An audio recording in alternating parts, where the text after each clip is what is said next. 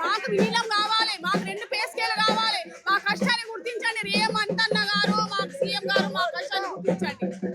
ఏం చెప్తారు ప్రభుత్వం ఇక్కడ మీ వెనకాల రాజకీయ నాయకులు ఉన్నారంటున్నారు. మా వెనకాల ఎవరు రాజకీయ నాయకులు లేరండి, ఎవరు లేరండి. మేము కడుపు మంటతోనే మేము అందరం వచ్చినాం, జేఏసీతోనే మేము అందరం వచ్చాం. ఏ రాజకీయ నాయకులు లేరు, ఎవరు లేరు. మేము ధన్యవాదాలు చెప్తున్నాము మీ అందరి తరఫున, మా పిల్లల తరఫున, మా ఆడవాళ్ళ తరఫున, మా అన్న వాళ్ళ తరఫు నుంచి. మీరు మాకు హెల్ప్ చేయండి, మాకు విలీనం చేయండి.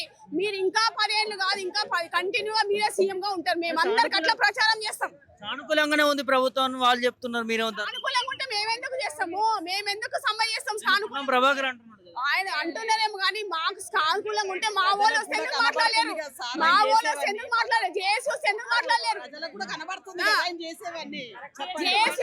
జేసీ వాళ్ళు మాటలతో ఎందుకు మరి సఫలం కాలేదు, విఫలం ఎందుకు అయింది? మరి జేసీ వాళ్ళు వచ్చినప్పుడు ఎందుకు విఫలం అయ్యారు? మాకు పరిష్కారం కావాలి. మేము ఏ దాకా పోతాం, ఏ అన్నం కారం పొడి వేసుకొని తిన్నా కానీ మేము ఈ సమ్మె మాత్రం వదిలేదు పరిస్థితే లేదు. సీఎం గారు మీరు విజ్ఞప్తి చేస్తున్నాము, మా ప్రాబ్లం సాల్వ్ చేయండి. ప్రజలకు ఇబ్బంది జరుగుతుంది మరి మా పొట్ట కాలుతుంది కదండి, మా పొట్ట ఎవరు నింపాలి? గవర్నమెంట్ కదా నింపాలి. మా పొట్ట ఎప్పుడు నిండుతుంది?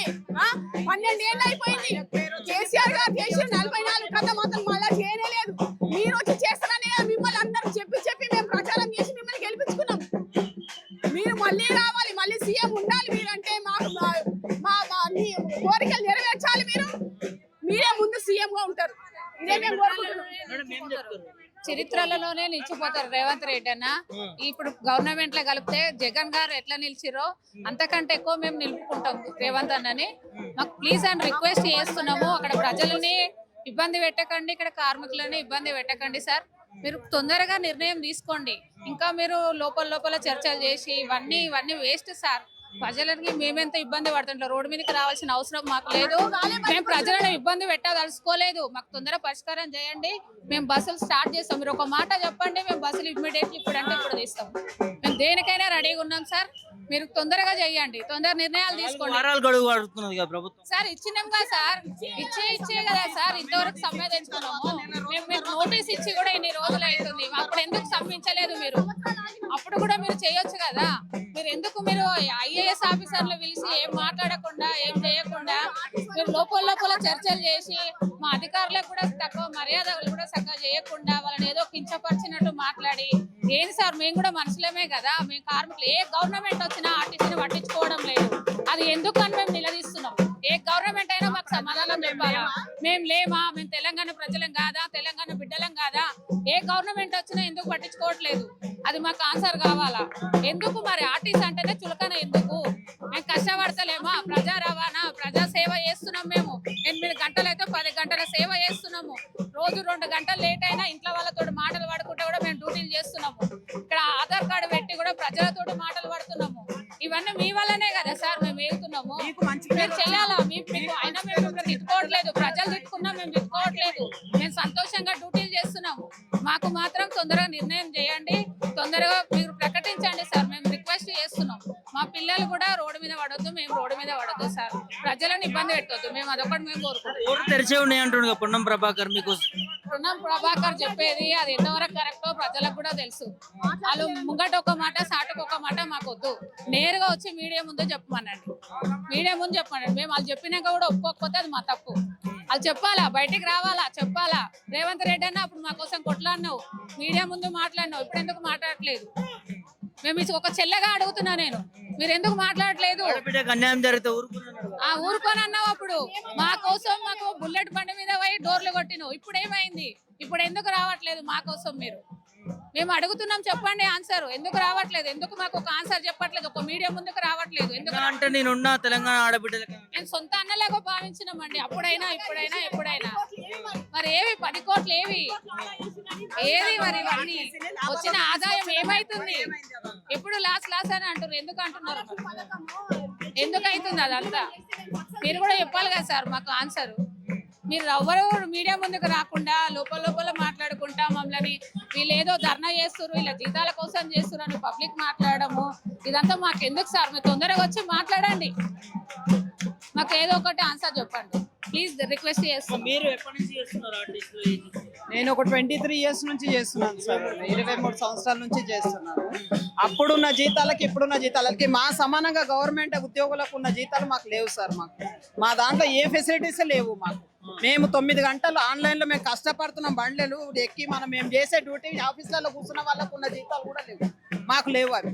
మరి ప్రజలకు మేలు చేస్తున్నారు, వాళ్ళకి ఫ్రీ టికెట్ పెట్టారు.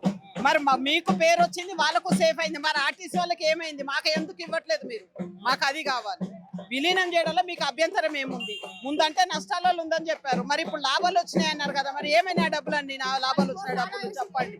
రోజు లాభాలు వస్తున్నాయి ముందులాగా లేదంటున్నారు. మరి మాకు ఇవ్వడానికి ఎందుకు డబ్బులు ఉండట్లేదు? మీరు ఇచ్చిన వాగ్దానాలన్నీ ఏమైనాయి? గత ప్రభుత్వం అన్ని చేసి ఒక్క సంతకం కాడ ఆగిపోయింది అన్నారు విలీనం. మరి ఇంకా మీరు కమిటీ చేయడంలో అర్థమైంది, నాకు అర్థం కాలేదు. గవర్నమెంట్ ఒకటి కాదా?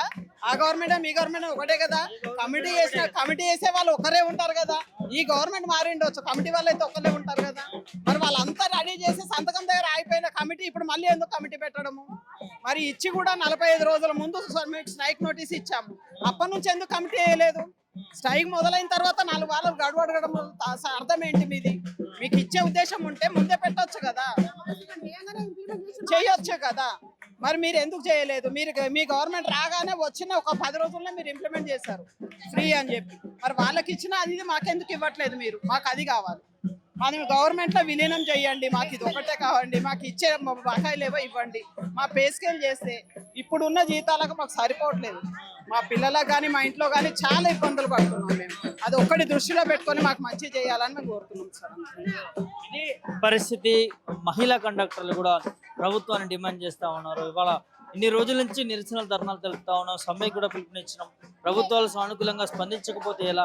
గత ప్రభుత్వం అన్యాయం చేసింది, ఈ ప్రభుత్వం కూడా అన్యాయం చేస్తే ఎలా అంటూ కూడా ఇక్కడ రాణిగంజ్ బస్ డిపో వద్ద ఒక్కసారి చూడొచ్చు. మీకు ఇక్కడ వీరందరూ కూడా బతుకమ్మ ఆడుతున్న పరిస్థితి. తెలంగాణ ఉద్యమ తరహాలో ఏ విధంగా నిరసన తెలిపారు, ఏ విధంగా ధర్నాలు చేశారో అదే విధంగా ఇలా రోడ్ల మీద బైఠాయించి మహిళా కండక్టర్లు కావచ్చు, ఆర్టీసీ ఉద్యోగులు కావచ్చు, వీరందరూ కూడా ఇవాళ ఏకదాటిపైకి వచ్చి ధర్నాలు చేస్తున్నటువంటి సందర్భం కనిపిస్తా ఉంది. డప్పు దరువులతోని ప్రభుత్వానికి నిరసన సెగ అనేది పుట్టిస్తున్నారని చెప్పుకోవచ్చు. మహిళలు కూడా ఇవాళ రోడ్ల మీదకి వచ్చి ధర్నాలు చేస్తున్నారు.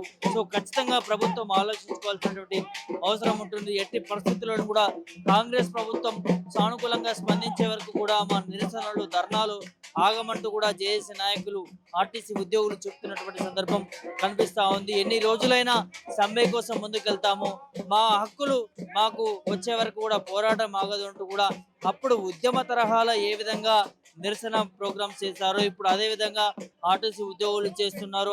ఆ పాటలు కూడా ఏదైతే ఈ ప్రభుత్వం ఇచ్చినటువంటి డిమాండ్లకు సంబంధించి, హామీలకు సంబంధించి ఆర్టీసీ ఉద్యోగులకి ఏ విధంగా ఇచ్చి మోసం చేసింది అనేది కూడా ఆ పాట రూపంలో కూడా తెలియజేస్తా ఉన్నారు. పాట రూపంలో కూడా నిరసన తెలియజేస్తా ఉన్నారు. దానికి పాటలతోనే ఇక్కడ ఒక నిరసన ప్రోగ్రాం భారీ ఎత్తున పెద్ద ఎత్తున రాణిగంజ్ డిపో ముందుట జరుగుతుంది. సో ఇక్కడ పోలీసులు కూడా భారీ ఎత్తున బందోబస్తు ఏర్పాటు చేశారు.